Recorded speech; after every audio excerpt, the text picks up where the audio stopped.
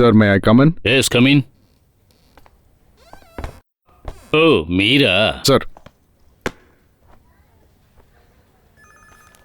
షార్ప్గా 10:30కి జాయిన్ అవుదాం అనుకున్నాను, కానీ మన సిటీలో కొంచెం ట్రాఫిక్.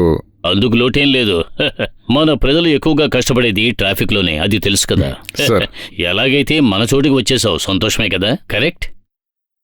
ఎంతో ప్రతిభ గల 10 మంది పోలీసుల గురించి మినిస్టర్ గారు చెప్పినప్పుడు నాకు అర్థమైంది అందులో నువ్వు కూడా ఒకటివై ఉంటావని. కూర్చోండి. అది సరే, పోయిన మంత్రిసభలో మిమ్మల్ని అందరూ కలిసి బంతాడుకున్నారటగా. విజయవాడ నుంచి విశాఖపట్నం, విశాఖపట్నం నుంచి విజయవాడ, ఏం చెప్పమంటావు? వైజాగ్ విజయవాడను నేను కాందగారు వెళ్ళటానికి కూడా రెడీ సార్. నాకు ఎప్పుడు వద్దనిపిస్తుందో అప్పుడు నేను యూనిఫామ్ వేసుకోను సార్. సార్ నేను మీతో ఒక ముఖ్యమైన విషయం మాట్లాడాలి. మినిస్టర్ మ్యాటరే సార్. పర్వాలేదు, ఏం జరిగినా మన మంచికే. మీరు ఛార్జ్ తీసుకోగానే మిమ్మల్ని కలవమని చెప్పారు. Sure sir. Anyway, all the best. Thank you sir. Thank you. Hi. మీరా? అమ్మా రండి, లోపలికి రండి. ఎవరొచ్చారో వచ్చి చూడండి. ఓహ్, నువ్వా? ఎన్ని రోజులైందయ్యా నేను చూసి. మాలా సిన్సియర్గా డ్యూటీ చేసే ఆఫీసర్స్ ని గవర్నమెంట్ ఒకే చోట్ల వదిలిపెడుతుంది. వాళ్ళు అనుకుంటే ట్రాన్స్ఫరే. అది సరే సార్ ఏరి? వాడు రూమ్ లో ఉన్నాడు. ఈ రోజు నువ్వు భోంచేసే వెళ్ళాలి, అసలు ఓ మర్చిపోకూడదు. లేదమ్మా, ఇవాళ కుదరదు. ఆయన ఏదో అర్జెంట్గా రమ్మన్నారు, అందుకే వచ్చాను. ఓహో, అప్పుడు ఆయన చెప్తే మాత్రమే మీరు ఇక్కడికి వస్తారు, అంతే కదా? అలా అంతే ఏం కాదు, మన ఇక్కడేగా ఉంటున్నాను. ఇంకో రోజు వచ్చి భోంచేస్తానమ్మా. ఇలా ఓసీలో భోజనం చేయాలని పోలీసులు ఎప్పుడూ అనుకోకూడదు. నువ్వేమని అడిగావు? నాతో చదువుకున్న పాత విశ్వనాథం అనే కదా. ఇప్పుడు నేను ఇక్కడ హోమ్ మినిస్టర్ని రా. సారీ సార్, నాకు ఎవరు చెప్పలేదు సార్. నిజమమ్మా? పేపర్ చదవడం తెలీదు. అమ్మా, వీడిక్కడ తిని వెళ్తాడు, రెడీ చేయి. రారా. కూర్చో. ఏంట్రా? నీకు సెల్యూట్ చేయాలని నాకు ఆశగా ఉందిరా. ఇది నాకు చాలా గౌరవమైన విషయం. మన కాలేజ్ డేస్ లో చెట్టు కింద కూర్చున్నప్పుడు నువ్వు నాతో ఏం చెప్పేవాడివి? నేను కలెక్టర్ అవ్వాలనేగా. నువ్వు అప్పుడు పోలీస్ అవ్వాలనుకున్నావు కదా. నీకు సెల్యూట్ చేసే ఓ పోలీస్, కానీ నువ్వు ఇప్పుడు కలెక్టర్ కాదుగా. కలెక్టర్కే ఆర్డర్ వేసే ఓ మినిస్టర్. నేను నీకు సెల్యూట్ చేయాల్సిందేరా. రేయ్ కూర్చోరా. అంతా బానేగా జరుగుతుంది, నాకెందుకు ట్రాన్స్ఫర్ ఇప్పించి ఇక్కడికి రప్పించావు? అదొక సీరియస్ విషయం రా. పైగా నా డిపార్ట్మెంట్కి సంబంధించిన విషయం కావడం వల్ల నేను సహించలేకపోతున్నాను. సెంట్రల్ జైల్ని కేంద్రంగా చేసుకుని కొన్ని పనులు జరుగుతున్నాయి. ఈ విషయంలో నేరస్తుల రికార్డు కూడా నాకు దొరికింది. ఇవన్నీ బీహార్లో జరిగాయని మనం విన్నాం, కానీ అవి ఇప్పుడు ఇక్కడ జరుగుతున్నాయి. నేను ఇది నమ్మలేకపోతున్నాను, కానీ నమ్మి తీరాల్సిందే. మన జైళ్లలో ఉన్న కొంతమంది పోలీస్ అధికారుల వల్ల రాత్రిపూట కొంతమంది నేరస్తులు బయటికి వెళ్లి హత్యలు చేసి లోపలికి వస్తున్నారు. ఇందులో 2 సార్లు యావజ్జీవ కారాగార శిక్ష పొందిన వాళ్ళు, అలాగే ఉరిశిక్ష పడిన వాళ్ళు కూడా ఉన్నారని నాకు తెలిసింది. రాత్రిపూట లోకల్ రౌడీలతో కలిసి పని ముగించుకుని తెల్లవారి లోపలికి వచ్చేస్తున్నారు. వాళ్ళని వదలకూడదు, ఏదో ఒకటి చేసి తీరాలి. ఇలాంటి సిచ్యువేషన్లో నీ ఆర్డర్స్ని నెరవేర్చడానికి మన డిపార్ట్మెంట్లో ఎంతో మంది ఆఫీసర్స్ ఉన్నారు, కానీ క్రిమినల్స్తో కలిసి అరాచకాలు చేసే ఎంతో మందికి సెల్యూట్ చేసే పరిస్థితుల్లోనే మేమున్నాం. ఇక ఎప్పటికీ అలాంటి పరిస్థితి నీకు రాదు. ప్రజల ప్రశాంతతను భంగపరిచే వాళ్ళెవరూ ప్రాణాలతో ఉండకూడదు.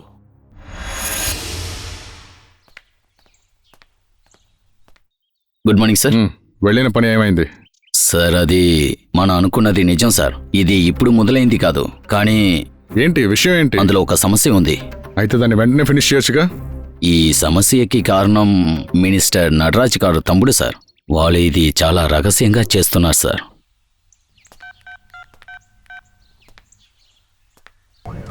Hello hello.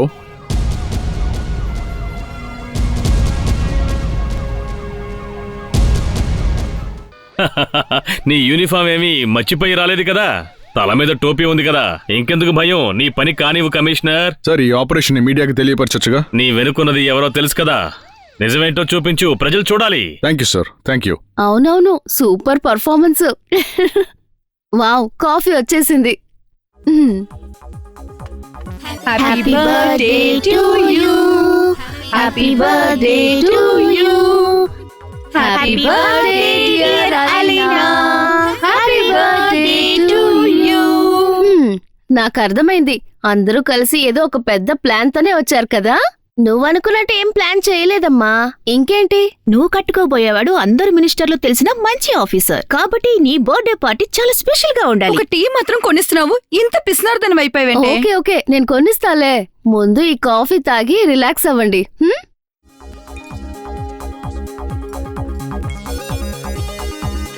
The subscriber you're calling is out of coverage area. ఏమైంది లైన్ దొరకలేదా? లైన్ ఎలా దొరుకుతుంది? ఆయన పెద్ద మనిషి, ఆయన బిజీగా ఉంటారు. నువ్వే ఆయన కోసం వెయిట్ చేయాలి. పోవే. అరే హలో, ఏమండి ఇప్పుడు ఎక్కడున్నారు? ఒక్క నిమిషం ఉండండి. నేను ఎన్నిసార్లు కాల్ చేశాను, లైనే దొరకలేదు. ఏమైంది? ఇవాళ ఏ రోజు అని తెలుసా మీకు? నువ్వు మర్చిపోయినా అది నేను మర్చిపోను. ఇదిగో నిన్ను కలవడానికి వస్తున్నా. అరే మీరు వచ్చే శుక్రవారమే కదా వస్తానన్నారు. ఏంటి నన్ను మోసం చేయాలనుకుంటున్నారా? నేను ఈ సిటీలోనే ఉన్నాను. వాట్? ఈ రోజు ఉదయమే ఛార్జ్ తీసుకున్నాను. మీరు ఎక్కడున్నారు? వెంటనే మిమ్మల్ని కలవాలి. ఏంటి నువ్వు అనుకున్నప్పుడంతా కలవడానికి ఈ ఇక్బాల్ ఐపీఎస్ ఓ మామూలు మనిషి అనుకున్నావా? సరే సరే, డ్యూటీ అయ్యాక నాకు కాల్ చేయండి. ఓకే. ఆ తర్వాత బర్త్డే గిఫ్ట్గా నీకు ఒక సర్ప్రైజ్ ఉంది. ఏంటది? ఏంటండి త్వరగా చెప్పండి. నీ ఛానల్ కెమెరా తీసుకుని నేను చెప్పే చోటికి రా. నీ ఛానల్కి ఒక హాట్ న్యూస్ వెయిట్ చేస్తుంది. Okay okay, thank you. Sorry friends, నాకు ఒక ఇంపార్టెంట్ పని వచ్చేసింది. నేను వెంటనే బయలుదేరాలి. నా బర్త్డే గిఫ్ట్ రెడీగా ఉంది, నేను వెళ్ళి తీసుకోవాలి. మనం అందరం మళ్ళీ కలుద్దాం. తప్పుగా అనుకోకండి. బాయ్.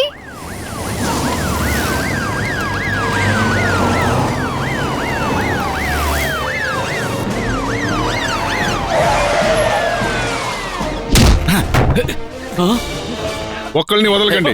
Arrest them. ఒక్క నిమిషం ఉండండి. వీడిని జీప్లో ప్లీజ్ సార్. ఎక్కించండి. సార్, ఒక్క నువ్వేంట్రా నిమిషం. పోజ్ ఇస్తున్నావు? Sir, please sir. వాడిని పట్టుకోండి. ఏ ఒక్కళ్ళు తప్పించుకోకండి. కవర్ చేయండి.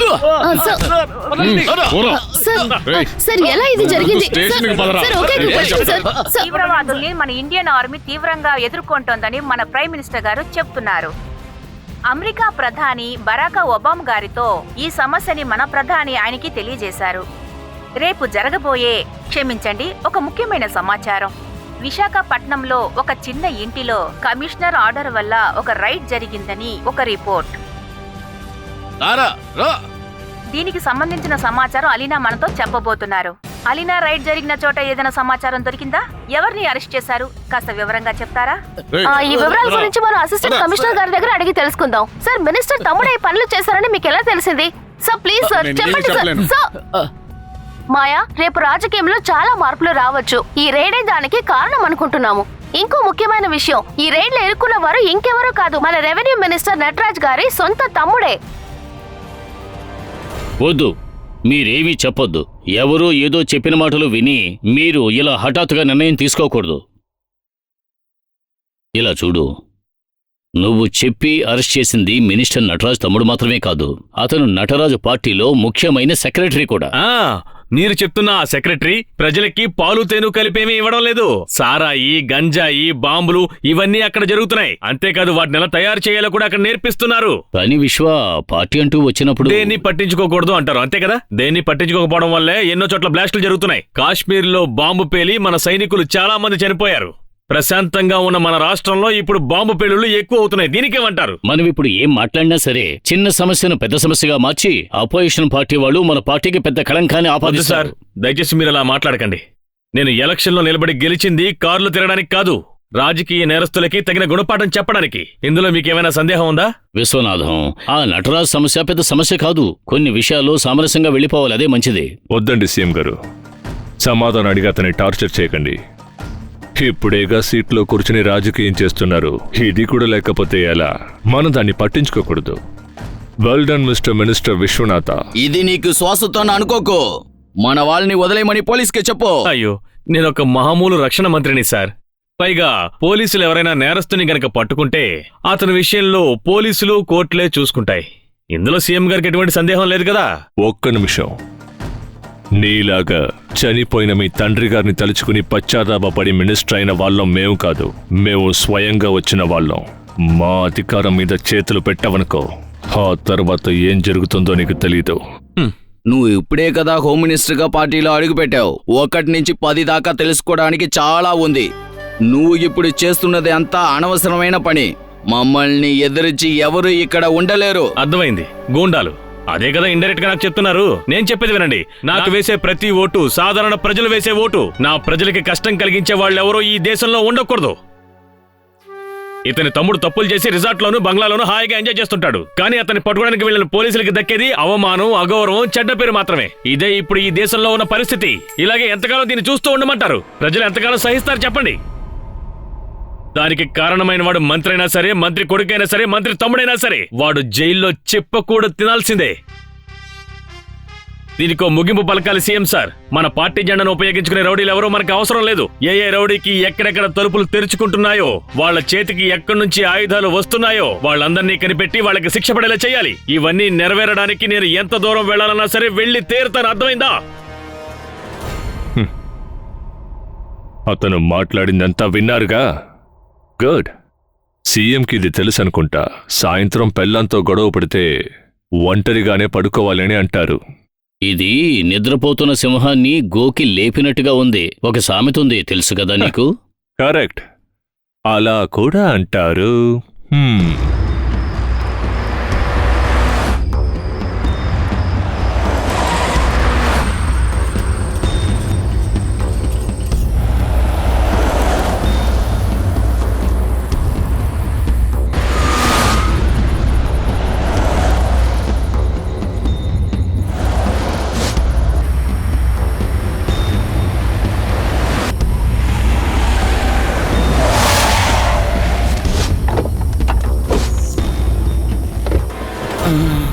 కొంచెం కిందకి దిగండి. ఈ బండిని మేము చెక్ చేయాలి. ఎందుకు సార్? ఎందుకుని చెప్తేనే దిగుతారా? నాన్నకి ఒంట్లో బాగలేదు, హాస్పిటల్ వెళ్తున్నాం. అలాగా?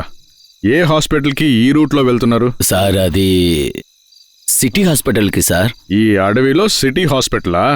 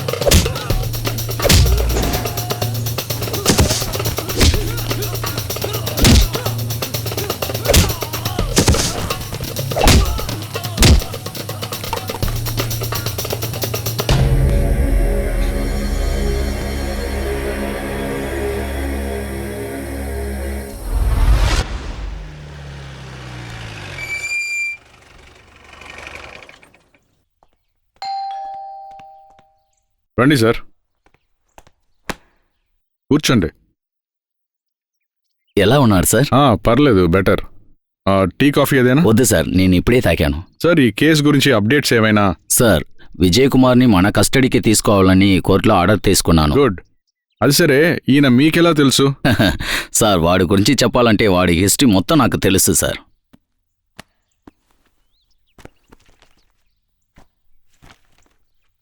10th నుంచి పీజీ దాకా స్టేట్ లెవెల్ ర్యాంక్ హోల్డర్. ఆ తర్వాత జర్నలిజం. కొన్ని రోజు ప్రైవేట్ కంపెనీలో జాబ్ చేశాడు. 9 నెలలు పనిచేసి దాన్ని వదిలాడు. ఆ తర్వాత ఇక్కడ ఉన్న క్రిస్టియన్ కాలేజీలో పార్ట్ టైం లెక్చర్ 1.5 సంవత్సరం. ఆ తర్వాత ముంబై నుంచి పబ్లిష్ అవుతున్న మైండ్ మిర్రర్లో 2 సంవత్సరం లోపే చీఫ్ ఎడిటర్తో గొడవ. దానికి వాళ్ళు కేసు ఫైల్ చేయలేదు. ముంబై నుంచి వెళ్లాలని ఒక కండిషన్ పెట్టారు. వాడు అక్కడ ఒక చెడి అలవాటు నేర్చుకున్నాడు, డ్రగ్స్. 1 సంవత్సరం ముందు నేను రూరల్లో ఉన్నప్పుడు నా దగ్గర చిక్కాడు. బార్లో ఒక గొడవ, అది సీరియస్ అయింది. ఆ గొడవలో ఎవరు చనిపోలేదు. వాడిని పట్టుకున్నప్పుడు వాడి దగ్గర డ్రగ్స్ ఉంది.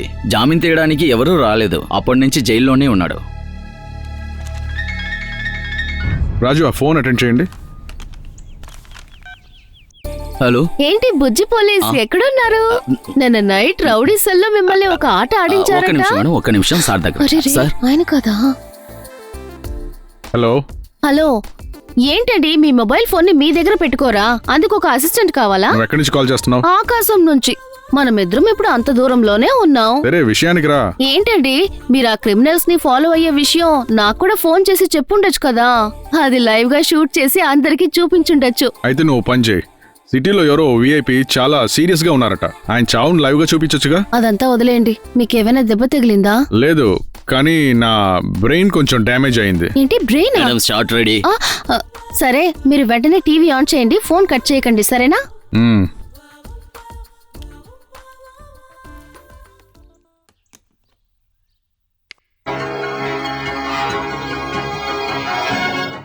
నమస్కారం, నేను అలీనా యాంటనీని. ముఖ్యాంశాలు. సిటీ కమిషనర్ సమక్షంలో నిన్న జరిగిన రైడ్ లో 2 క్రిమినల్స్ మీద పోలీసులు చేసిన దాడి గురించి సిటీ బ్యూరో రిపోర్ట్ చేసింది. హత్య, దోపిడీలో ఇన్వాల్వ్ అయిన క్రిమినల్స్ ని పోలీసులు ఇప్పుడు చాలా తీవ్రంగా వెతుకుతున్నారు. ఈ వివరాలు అందించడానికి కమిషనర్ గారు లైన్ లో ఉన్నారు. హలో సార్, చెప్పండి.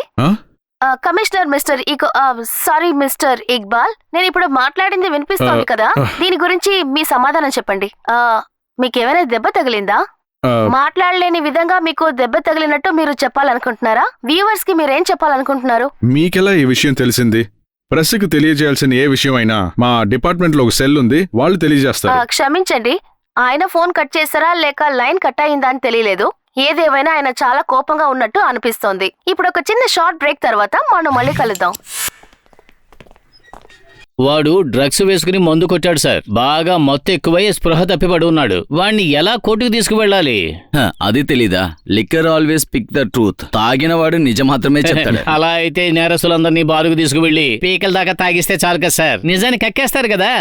చాలు మంచి ఐడియా ఇచ్చారు. పని చూద్దామా? సరే సార్, ఓపెన్ చేయండి.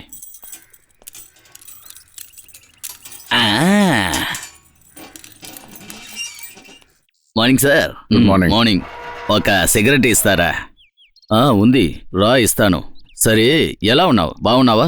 ఇక్కడ ఉంటే ఎలా బాగుంటాను సార్?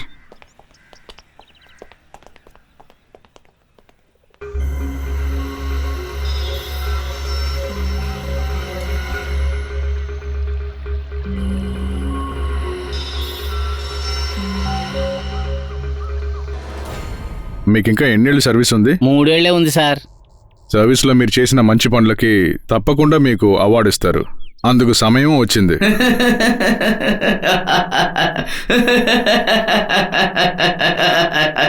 ఇలా చీకటి రూమ్ లో ఉండడం నాకు చాలా ఇష్టం. నేను happy.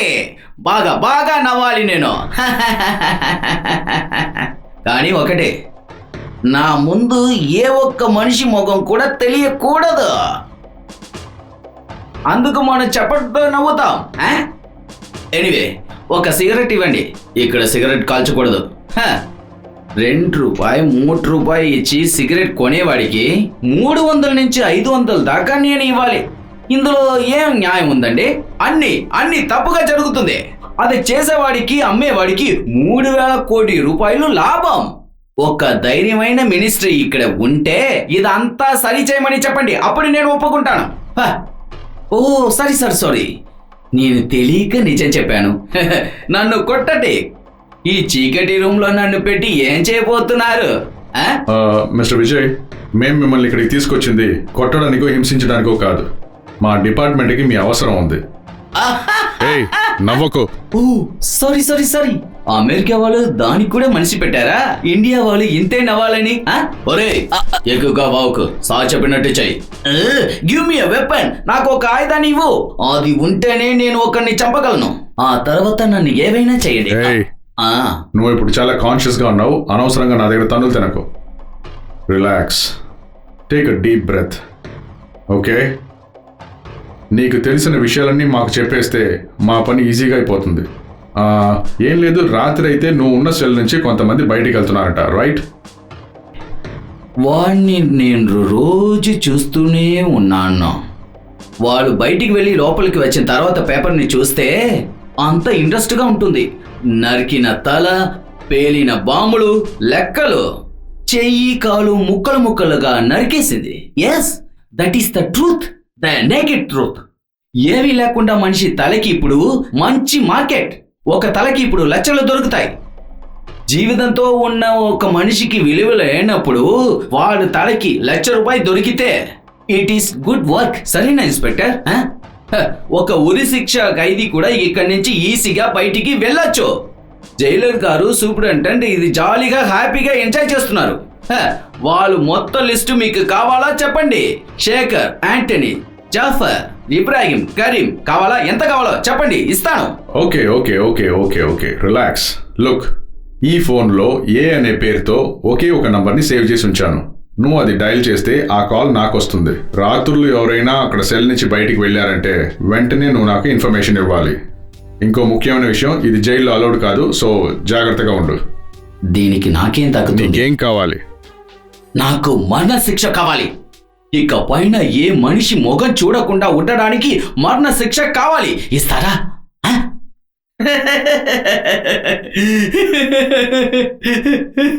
If I die today, నా ఆఖరి పయనానికి అందరూ వస్తారా?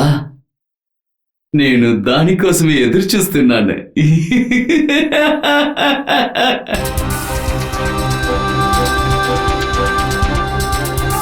రండి రండి రండి.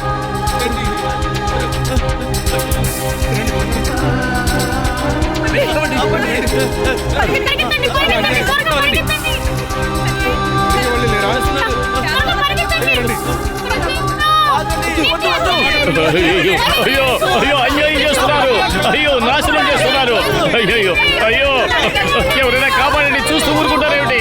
అయ్యో రండి, ఎవరైనా కాపాడండి. అయ్యో చూడండి ఎంత అన్యాయం జరిగిపోతుందో. ఎవరు కాపాడరా, ఎవరు కాపాడరా? ఆగండి, ఆపండి, ఈ అన్యాయాన్ని ఆపండి, ఆపండి. అయ్యో ఆపండి.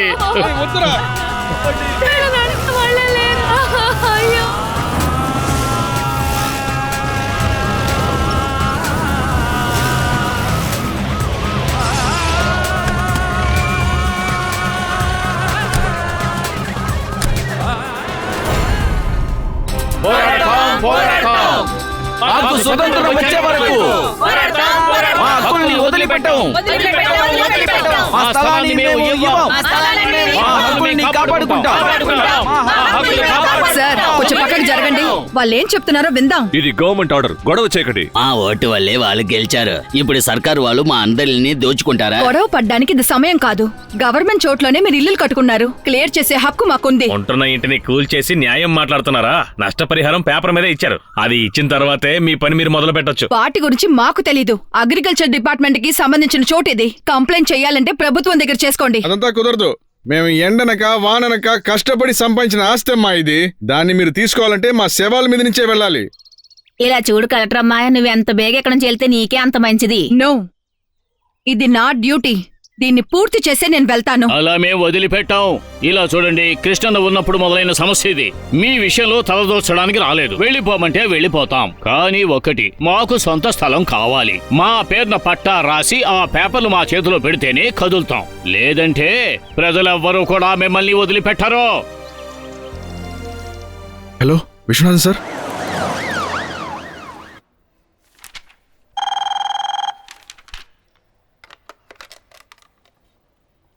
అని చెప్పు. ఓహో, అయ్యో అలా చేయొద్దు. హఠాత్తుగా వెళ్ళి అటాక్ చేయకండి. ఒక్కసారి సాఫ్ట్గా చెప్పి చూడండి.